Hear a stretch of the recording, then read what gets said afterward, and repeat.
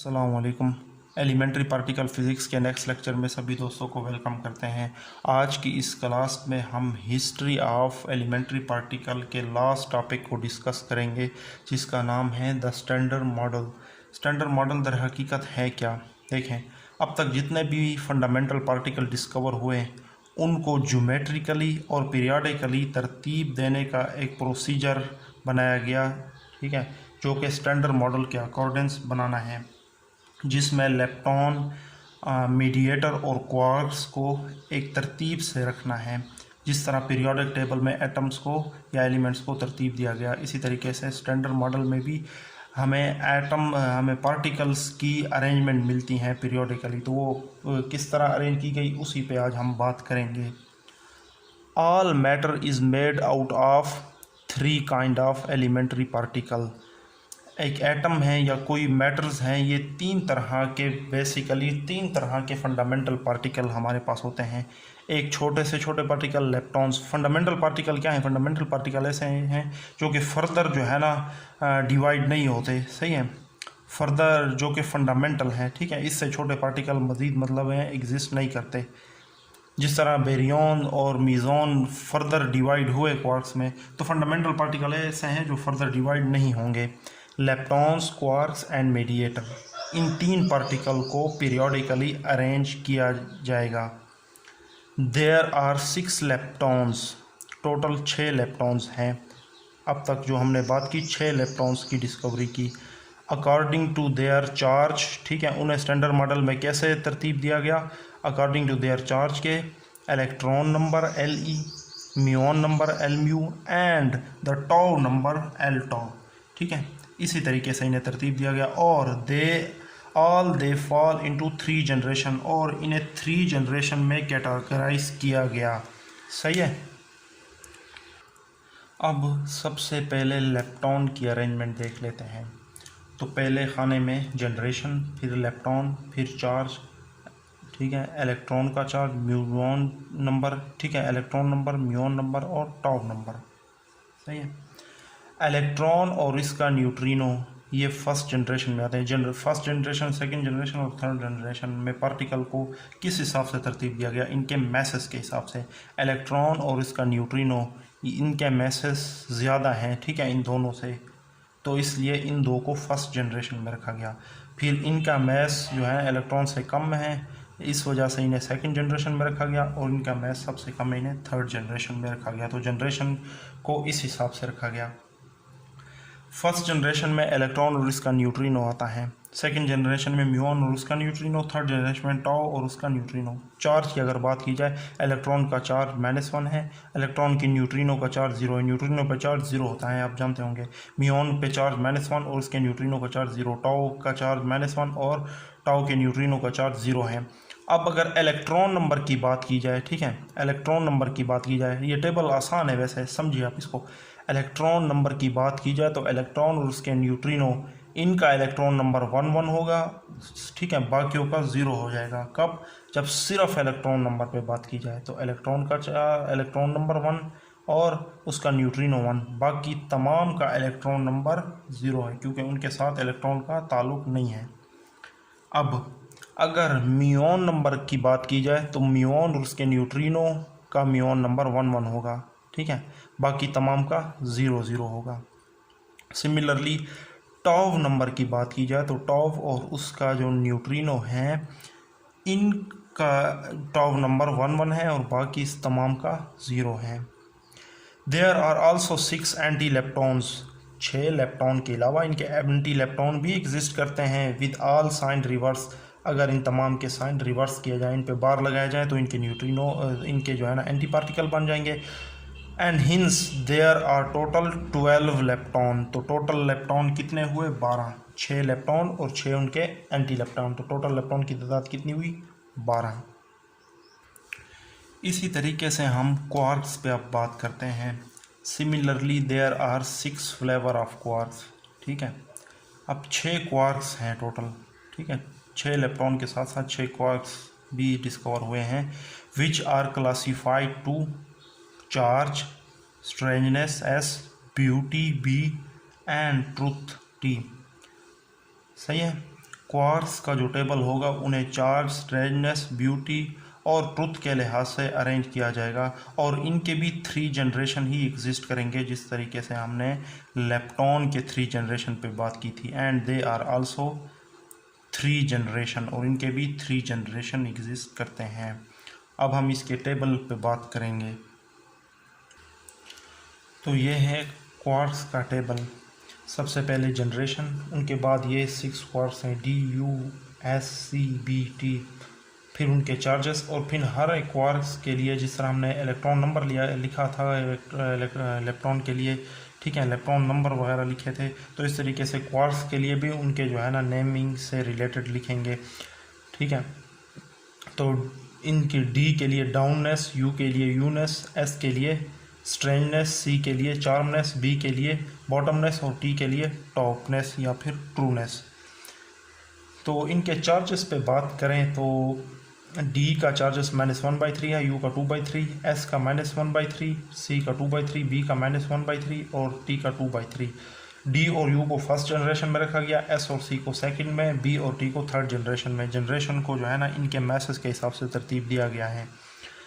अब ये काम इतना मुश्किल नहीं है, ये इनके नेम से ही रिलेटेड है।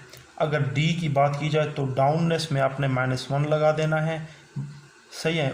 उसकी वजह क्या है, उसकी वजह चार्ज भी हो सकता है और उसकी स्पिन भी हो सकती है, ये हम बाद में बात करेंगे इस पर। तो डी के लिए आपने -1 चूज़ कर लिया और बाकी जितने भी हैं उनमें तो डाउननेस है ही नहीं, बस डाउननेस डी के लिए ही -1 है, बाकी तमाम के लिए 0 आपने कर देना है।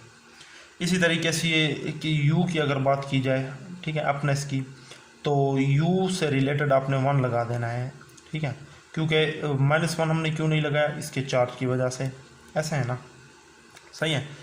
तो यहाँ पे 1 आ गया और बाकी तमाम जो है ना आपने 0 लगा देने हैं क्योंकि उनमें अपनेस नहीं है, सही है। फिर स्ट्रेंजनेस में जहाँ पे एस है उसके सामने आपने -1 लगाना है, सॉरी 1 नहीं, क्योंकि इसका चार्ज माइनस में है तो -1। तो बाकी तमाम जो है ना ये 0 हो जाएंगे। और चार्मनेस, इसके सामने आपने सी के जो है ना कॉलम में आपने 1 लगा देना है और बाकी तमाम 0, क्योंकि उनमें चार्मनेस नहीं है। इस तरीके से बॉटमनेस में बी के सामने आपने -1 लगा देना है और बाकी तमाम में आपने 0 लगा देना है क्योंकि उनमें बॉटमनेस नहीं है। ट्रूथ में भी आपने जो है ना टी के सामने ट्रूथनेस में आपने 1 लगा देना है और बाकी तमाम 0 हो जाएंगे। तो इसी तरीके से ये क्वार्क्स का टेबल था। There are also 6 anti-quarks with the reversed sign। 6 anti-quarks भी हैं जिनके साइन रिवर्स होंगे इनसे। And each quarks have 3 colours, क्योंकि हर एक क्वार्क्स के 3 कलर्स हैं, तो टोटल क्वार्क्स फिर कितने हुए, 36। आ गई बात समझ में, ठीक है, क्योंकि 6 क्वार्क्स हैं और 6 एंटी क्वार्क्स और हर एक क्वार्क्स के 3 कलर्स हैं, तो टोटल क्वार्क्स फिर कितने एग्जिस्ट कर रहे हैं, 36। इसके बाद हम मॉडर्न पे बात करेंगे। मॉडर्न स्टैंडर्ड मॉडल किस तरीके से हैं, अगर एग्ज़ाम में पूछा जाए तो आप कोशिश करें कि मॉडर्न स्टैंडर्ड टेबल भी बनाएं। अदरवाइज़ इससे पहले जो है ना थोड़ी सी बात हमने करनी है मीडिएटर्स पे, फिर उसके बाद मॉडर्न टेबल पे जाते हैं, ठीक है। अब हम बात करेंगे मीडिएटर्स पे, क्योंकि हमने स्टार्ट में देखा कि मैटर जो है ना 3 टाइप के एलिमेंट्री फंडामेंटल पार्टिकल से मिलकर बनी है। उनमें लेप्टॉन्स, उन पे हमने बात की सबसे पहले, फिर क्वार्क्स, उन पे बात की। अब हम मीडिएटर पे बात करेंगे। मीडिएटर्स क्या हैं, फोर्सेस में एक्सचेंज पार्टिकल। आप जानते हैं कि यूनिवर्स में कितनी टाइप की फोर्स एग्जिस्ट करती हैं, 4 कर रही है ना, ठीक है। तो हर एक फोर्सेस का अपना मीडिएटर होगा, मैसेंजर पार्टिकल होगा। फोटोन जो है, photon for electromagnetic force, photon electromagnetic force का मैसेंजर पार्टिकल हैं। 2W and Z for weak forces. 2W और Z पे हमने बात की थी प्रीवियस टॉपिक में, ये किनके एक्सचेंज पार्टिकल हैं, वीक फोर्सेस के। Gluon for strong forces, strong forces का जो मैसेंजर पार्टिकल हैं वो ग्लूऑन है। इसके बाद फिर फोर्थ फोर्स जो है वो ग्रेविटेशनल फोर्स है, लेकिन उसे अभी तक क्वांटाइज नहीं किया गया, उनका भी कोई मैसेंजर पार्टिकल नहीं डिस्कवर हुआ। कुछ लोग बताते हैं कि ग्रेविटॉन है, लेकिन वो जो है ना कन्फर्म नहीं है, लिहाजा इन 3 फोर्सेस के जो मैसेंजर पार्टिकल हैं ये कन्फर्म हैं। आ गई बात समझ में। अब हम लास्ट पे बात करेंगे मॉडर्न स्टैंडर्ड टेबल पे, जो कि आजकल जो स्टैंडर्ड मॉडल है वो किस तरह का है उस पर आप थोड़ी सी बात करेंगे। ये आपके सामने मॉडर्न स्टैंडर्ड टेबल है, मॉडर्न स्टैंडर्ड मॉडल, ठीक है। तो मॉडर्न स्टैंडर्ड टेबल कुछ इस तरीके से हैं। फर्स्ट जनरेशन, ठीक है, इनमें 2 क्वार्क्स और 2 इलेक्ट्रॉन। सेकंड जनरेशन 2 क्वार्क्स और 2 इलेक्ट्रॉन। थर्ड जनरेशन 2 क्वार्क्स और 2 इलेक्ट्रॉन। और ये जो है ना मीडिएटर्स हैं, 4 मीडिएटर्स। और एक और जो है ना 2012 में एक न्यू पार्टिकल डिस्कवर हुआ, हिग्स बोसॉन, जिससे ये मॉडर्न स्टैंडर्ड टेबल बना। इसका क्या ये किस तरह का पार्टिकल है, ये क्या है, इसके बारे में जो है ना थोड़ी सी बात करेंगे लास्ट में, पहले से समझ लेते हैं, सही है।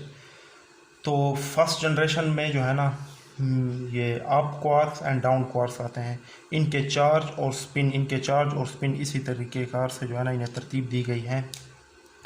तो अगर क्वार्क्स और लेप्टॉन की बात की जाए तो इन तमाम के स्पिन जो है ना हाफ हैं। ऊपर इनके चार्ज हैं, ठीक है, ये चार्ज हैं इनके, और नीचे जो लिखे हुए हैं ये तमाम के तमाम जो है ना ये इनके स्पिन हैं। तो ये जो क्वार्क्स और लेप्टॉन्स हैं ना यहाँ तक, इनके जो स्पिन है ये हाफ हैं। तो इसलिए वजह से इन्हें क्या हम बोलते हैं, फर्मियंस। और जो मेडिएटर्स हैं, ग्लूऑन्स, फोटॉन्स, जेड और डब्ल्यू, इन तमाम के तमाम जो स्पिन हैं ये 1 हैं। 1 स्पिन होने की वजह से इन तमाम को हम क्या बोलते हैं, बोसॉन। इसी तरीके से एक और पार्टिकल एग्जिस्ट करता है जिसे स्केलर बोसॉन का नाम दिया गया। ये 2012 में डिस्कवर हुआ। इस पार्टिकल का फ़ायदा ये है कि ये इन मेडिएटर्स को मैस प्रोवाइड करता है। मेडिएटर में ये प्रॉब्लम थी इससे पहले कि ये जो मेडिएटर हैं इनका मैस कैसे एग्जिस्ट करता है, इन पार्टिकल का मैस कैसे एग्जिस्ट करता है। तो एक और पार्टिकल होता है इनके मुतबादिल जो कि स्केलर होता है, वेक्टर नहीं होता, स्केलर फील्ड पार्टिकल होता है जो इन तमाम को मैस प्रोवाइड करता है, इनको मैस देता है। उस पार्टिकल का नाम है स्केलर बोसॉन, जिसे H से रिप्रेजेंट करते हैं। इसका चार्ज भी 0 है और इसका स्पिन भी 0 है, ठीक है। इसे इस तरीके से लास्ट में रखा गया। तो ये इनको इसी तरीके से इनके 3 जनरेशन के हिसाब से सबसे पहले क्वार्क्स को, ठीक है, ये क्वार्क्स, ये 6 के 6 क्वार्क्स हैं और ये 6 के 6 लेप्टॉन्स हैं। इन तमाम के स्पिन हाफ है, इसलिए इन्हें फर्मियंस कहा गया। इनके स्पिन 1 है, इन्हें बोसॉन कहा गया। इसी तरतीब से इन्हें तरतीब दिया गया और ये लास्ट में स्केलर बोसॉन डिस्कवर हुआ, जिसका क्या फ़ायदा था, ये इन बोसॉन्स को मैस प्रोवाइड करता है। अगर इस बात समझ में, अगर कोई कन्फ्यूजन है तो प्लीज़ मुझे कमेंट में बताएं। ओके, अल्लाह हाफिज़।